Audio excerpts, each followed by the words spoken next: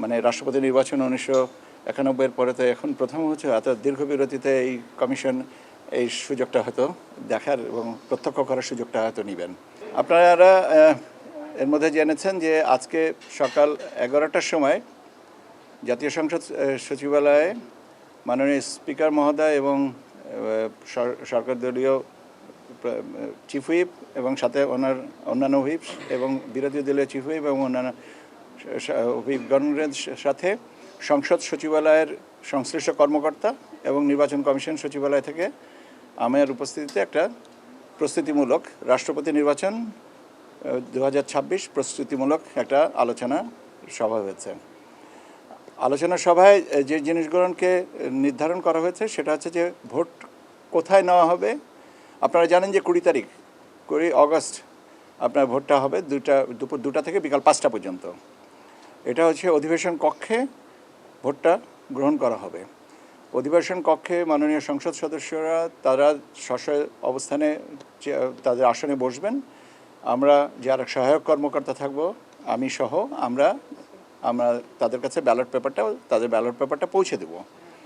পৌঁছে দেওয়ার পরে তারা যার মনোনীত তাদের প্রার্থীকে স্বাক্ষর করে চিহ্নিত করে সামনে 3টা ব্যালট বক্স রাখার কথা বলা হয়েছে। 3টা ব্যালট বক্সের যে কোনোটাই তারা ভোট কাস্ট করবেন। এইটা হচ্ছে পদ্ধতিগত ব্যাপার এবং আমরা বিকাল 5টা পর্যন্ত ভোট ব্যবস্থাটা রাখতে হবে। কেন যদি কোনো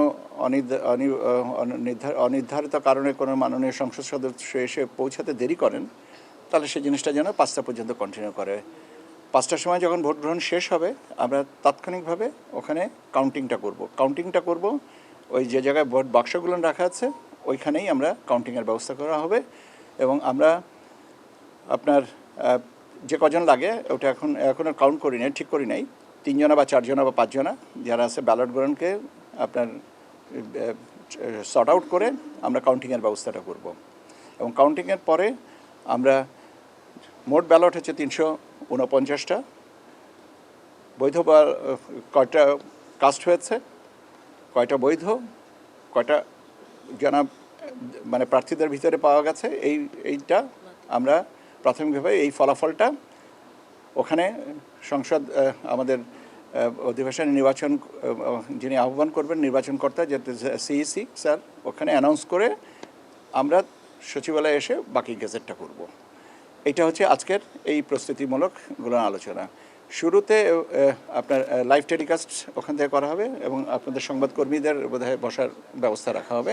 আপনারা যেন আপনাদের নির্ধারিত জায়গায় এটা বসতে পারেন। এই হচ্ছে মোটামুটিভাবে এটা।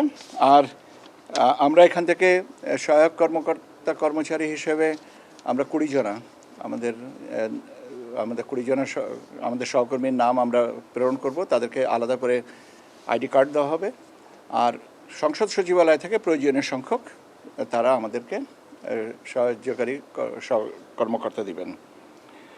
আমাদের কমিশনার মহোদয়গণরাও যদি যেতে চান আমরা তাদের নামও পৌঁছাবো। তারা জাস্ট অ্যাটেন্ডেন্স হিসেবে থাকবেন, উপস্থিত থাকবেন এবং এটা একটা মানে রাষ্ট্রপতি নির্বাচন 1991 এর পরে তো এখন প্রথম হচ্ছে এত দীর্ঘ বিরতিতে এই কমিশন এই সুযোগটা হয়তো দেখার এবং প্রত্যক্ষ করার সুযোগটা হয়তো নেবেন।